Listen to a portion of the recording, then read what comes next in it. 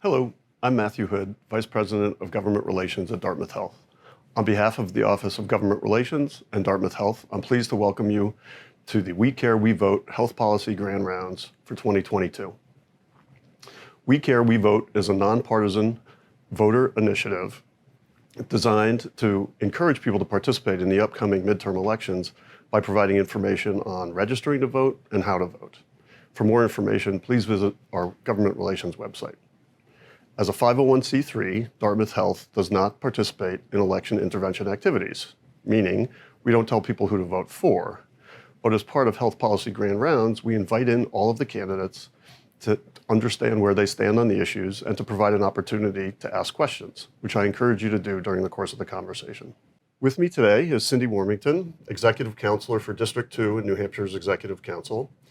Welcome, Cinde. Thank you. Glad to be here. Delighted you could join us.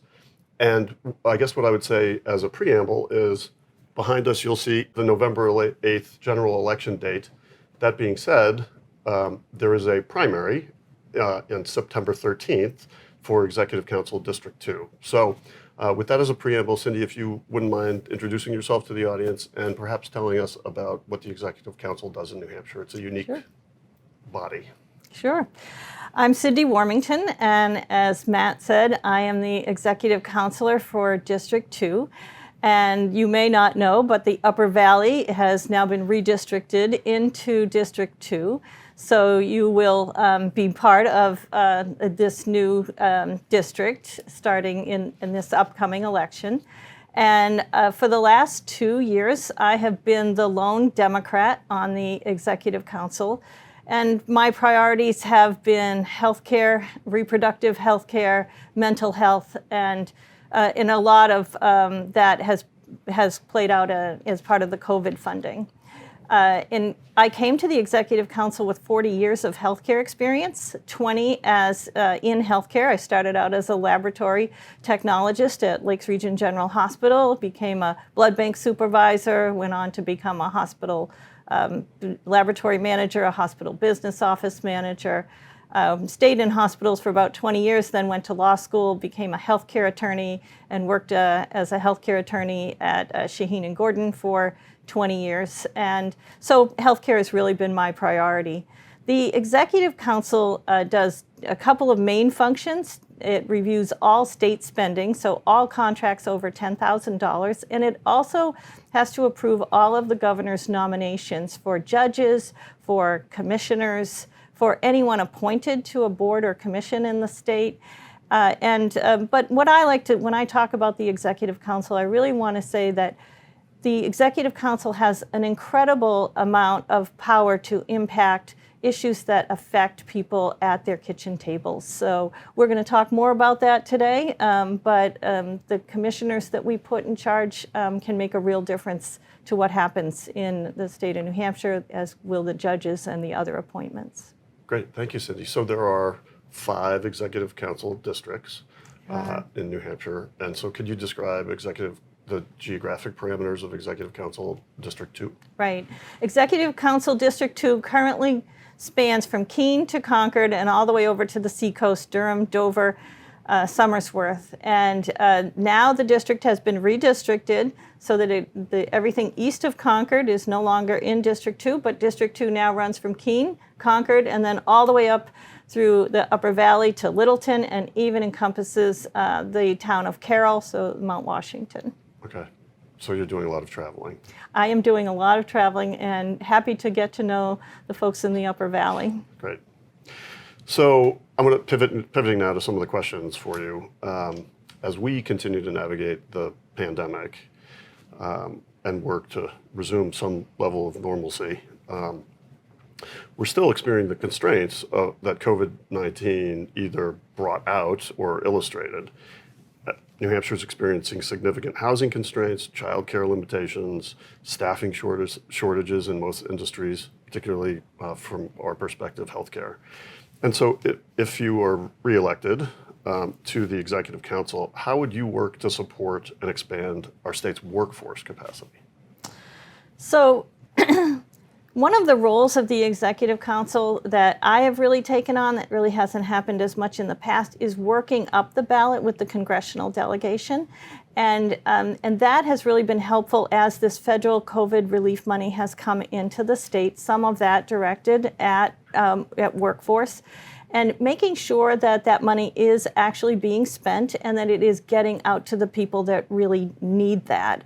One of the, some of the programs directly addressed employers and Main Street businesses.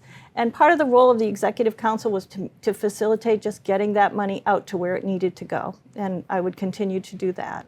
Great, thank you. So we're a rural, in fact, one of the most rural academic health centers in the United States. So we have some issues, and our patients face unique challenges. As New Hampshire works to continue to address rural health challenges, what do you expect to see, if anything, for the Executive Council in terms of addressing those challenges in our region, whether it's from federal dollars coming in through the delegation's advocacy or otherwise? So one of the things that I advocated for as in my work in healthcare was an expansion of the availability of telehealth services and the reimbursement of those services, which has had a major impact on rural providers. And I know Dartmouth Hitchcock has been a major player in that field. And, there were historically a lot of barriers that fell down when COVID came on to providing those services. And we've continued to see funding for that. And one of the most important things for me is to see the broadband money expanded into rural communities so that people can have access to the full range of services. In addition to that, we will see contracts to providers that come up, and I really understand, having worked in healthcare for many, many years, I understand the challenges that face rural providers in particular. I understand the reimbursement systems for rural healthcare providers, and am well aware as those contracts come to me how those might impact rural providers. One of the things that I've done as an executive counselor, I talked about this during my campaign, but the problem with the executive council is they often don't see the contract until it's all done and it's just an up or down vote. I now get involved in the contracts at an earlier stage. So for instance, our largest contract, Medicaid contracts, I speak with providers and identify issues and then talk with the director of Medicaid about those issues so that they can be incorporated into the amendments that we get. That can often directly impact rural providers. So thank you. That's a really helpful segue to the next question. I mean, the question pertains to research, and we're also, as an academic medical center, there's a huge research component in the relationship with Geisel School of Medicine, for example. And my question, though, is, the federal government's typically the source of those dollars. Sometimes they're grants from the state, but for the most part. And so my question was, those dollars come into various agencies or administered by various agencies on the state level, whether it's HHS, Department of Insurance, other. And my question to you was, so how do you assess those contracts and whether or not to approve them? I mean, you just spoke to that a little bit by being more upstream than typically the process is, but can you speak a little bit more to what is it that you are looking for when you are looking at a contract? Right. So for those who don't know what a day in the life of the executive counselor is, we meet every 2 weeks. And on the Friday before a Wednesday meeting, the contracts are delivered to the counselors. So there may be anywhere between, a low, I guess, of 50, but a high of maybe 300 contracts at any given time that we review. And I review every single one of those. And I am looking for things like, is this how, we would expect the money to be spent? Is it a commercially reasonable contract? Was it put out to bid? Those sort of things. But also, does it make commercial sense? And, I review every one. And the selection criteria when there's a competitively bid contract is always included. in the packet that's provided to the council. I review that. So I review over the weekend, and then on Mondays and Tuesdays, I call the commissioners and I ask all my questions so that hopefully I don't have to take a lot of time at the council meeting asking those questions. And if I have concerns about the selection process, I ask those questions either there or at the council meeting or at both. Okay, thank you. I don't want this to be, we're a nonpartisan office, I don't want this to be tipping too much into partisan, but I would be curious to hear your take on, and I don't think this is really a partisan issue, but sole source contracts versus competitive bid contracts and how that plays. Like, is there a 50-50 spread between how those are typically brought in, or is there a rationale for why they're brought in, either competitive bid versus sole source? Can you speak to that? Just Sure. in your role as executive counsel. In my role as executive counselor, this is not really a partisan issue. Nobody on the council prefers to be reviewing a sole source contract because when you put a contract out to bid, then you know that you're looking at a competitive price. That's what the market price of that service or product would be. So nobody really likes those, and but there are certain circumstances when they just make sense. If you've already invested in a product and it doesn't make sense to change midstream, then a new contract might be a sole source. If there's only one provider of that contract, it might be a sole source. If there's a government entity that says, here's a limited number that you can use, it's statutory, like for instance, mental health centers in our state might get contracts that'll be sole source contracts, and those are totally appropriate. So we look at each one individually. Great, helpful, thank you. Thank you. The opioid crisis has somewhat been under the radar because of, or in the shadow, I should say, of COVID. It still exists, as does the mental health crisis. And so I'm assuming, but I'd ask you to speak to your support for contracts that would address the behavioral health challenges that the state of New Hampshire still faces. So, as I said, I've spent 40 years in healthcare, and in my volunteer activities, I served on the board of 2 mental health centers, and I chaired one of them, and I also served on the boards of 2 organizations that addressed opioid treatments. So this is an issue that has been very near and dear to me for my entire career. And I am not only very supportive of these contracts, but I reach out to the commissioner to talk about what we are doing to address these issues, always asking for updates on various programs to see how we're doing, moving towards our 10-year plan, for instance, on behavioral health, and also on opioid treatment. I'm a big advocate of making sure that everyone gets the care that they need. So these issues kind of tie together for me back to the workforce challenge, because one of the things that I would assume that the Executive Council might see, whether it's through the contracts with the managed care organizations in New Hampshire Medicaid or otherwise, are reimbursement rates for providers.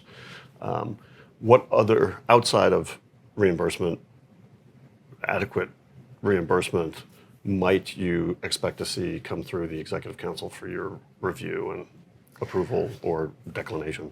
So a number of things. One of the things I addressed directly was that we were we had a bit of a backlog in processing applications for professionals to come to our state. So making sure that we have reduced the barriers of entry for healthcare professionals practicing in our state. The availability of childcare is really keeping a lot of people out of the workforce. So making sure that we get adequate funding and resources to make sure that we're standing up all the childcare facilities in our state and meeting the need for childcare in our state, which just will allow people to work. And then thirdly, I think making sure that we are able to pay competitive wages, and that we do pay competitive wages in order to entice people to work in our state or to stay in our state. And then a third one, we just highlighted this at a meeting. Another one was just working with our our higher educational facilities to make sure that we're standing up the kinds of programs that produce the workers that our workforce needs, and that is across the spectrum of workforce, healthcare being a primary area, but workforce shortages extend across our entire economy right now. So, thank you. You actually raised a host of issues that connect with the question that just received, which pertains to the relationship between the Executive Council and the legislature, because a lot of the topics that you just talked about, behavioral health, addressing behavioral health challenges, workforce, childcare, et cetera, aren't purely administrative, presumably, like the legislature has Yes. a role in that, including most particularly the budget for the state. So I wonder if you could speak to the relationship between the Executive Council and the legislature, if there is one. Well, it's a good question. Historically, I think there hasn't been enough of a relationship between the two. But to make it clear, I want to say that the Executive Council is not a policy-making body, and my colleagues in the legislature would let me know that if I think, tried to step on their territory. So, but I don't think there has been enough coordination between the two. So from my perspective, I do that. I do reach out to members of the fiscal committee when there are items that are coming before both fiscal and the council to see what their perspective is on that. There is a coordination between Senate leadership, minority leadership, and House leadership, and myself to review issues that are presented to both bodies. And Can I interrupt for 1 second? Yeah. Could you tell the viewers what the fiscal committee is? Sure. The Joint Legislative Fiscal Committee is a committee in the legislature that has to approve funding, and they have different parameters of what they have to review than what the Executive Council reviews. But a lot of matters have to go to both fiscal and the Executive Council. So in that area, I think it is important that we talk to each other and hear what the perspectives of the legislature are. It's important to me. Great, thank you. Sorry for the diversion. So, social determinants of health, or social drivers of health. We know that the majority of impacts on someone's health take place outside of the walls of a provider's office. Education, employment, social network, et cetera. Do you feel that the Executive Council has a role in addressing the social determinants of health for Granite Staters? And if so, how would you work to address them? So, in a number of ways, what we do directly affects Granite Staters, in some ways indirectly. Right? So, yes, if we are standing up a good public education system, then we are giving people education. If we're providing funding for certain education programs to happen in our educational institution, then yes. And so I'm always on the lookout for those things that will directly impact patients in ways that will ultimately have a health outcome. Healthcare is always been what it's all about for me. That's what got me into politics in the first place, universal access to healthcare. But understanding how there are so many factors that are going to go into someone's health makes you look at every contract in a way that, how might this impact health? And having that perspective, I'm the only one on the Executive Council with a healthcare background. Having somebody on the Executive Council with a healthcare perspective, I think puts an important voice at that table. Great, thank you. I would be remiss if I didn't take this opportunity to talk about a Echo series for viewers called The Political Determinants of Health. And it was a partnership between the Office of Government Relations and Population Health with a number of stakeholders, including representatives from New Futures and the Hospital Association and the Medical Society, and I'm forgetting others, so I apologize for doing that. But it talks about policy impacting the social drivers that impact people's health, and so it tried to connect those dots. And there was a Cure podcast as well that I would recommend to you for viewing pleasure if you're interested in learning about the connection between policy and social determinants of health. Sorry for a little self-plug. Please do it public. Do an advertisement. Our non-paid sponsors. Important for everyone to know. Okay, so diversity, equity, inclusion, and belonging. Certainly a prevalent topic in New Hampshire, across the country. Wondering again, similar to the last question, what role, if any, the Executive Council could play in that space to advance or address the challenges in that space? So a more significant role than I think appears at first glance. So in a number of ways, the Executive Council has an opportunity to encourage people of diverse backgrounds to apply for and participate in government and different agencies and in different positions, boards and commissions. That's one. Judges, for instance, I ask at every judicial hearing, I ask judicial candidates what they think the role of a judge is in reducing implicit bias in our judicial system. Mm-hmm. So making sure that we always lift up that issue. With respect to contracts and loans, for instance, our Business Finance Authority, I've gone to that agency and said, could you please track the recipients, the backgrounds of the recipients of those loans? Contracts, we can ask, questions about the backgrounds of the contractors and what we're doing to be inclusive there. And I, for instance, I just helped to recruit candidates to run for Executive Council all across the state. Our slate is 3 women, 1 LGBTQ person, 1 person of color, 1 young Democrat, and I would be proud to stand with a slate of candidates that looks like New Hampshire. Great, thank you. That's very helpful in terms of the components of the Executive Council that can actually impact. That. Or at least raise awareness about those issues in contracts and or personnel who are appointed. And so important just to have all the voices at the table. Yeah. So I want to make sure, once I go through all my questions, that you have an opportunity to address anything that we haven't addressed yet. Mm-hmm. So I'm going to take that opportunity now and ask you, are there things that you would want to communicate about yourself, your candidacy for the Executive Council, your service on the Executive Council, anything that you'd like to talk about that I haven't asked about? Well, I think that I've approached the role of Executive Council a little differently than it has been done in the past, because I believe that there is power in the Executive Council that can and should be put to work for the people of New Hampshire that hadn't been used before.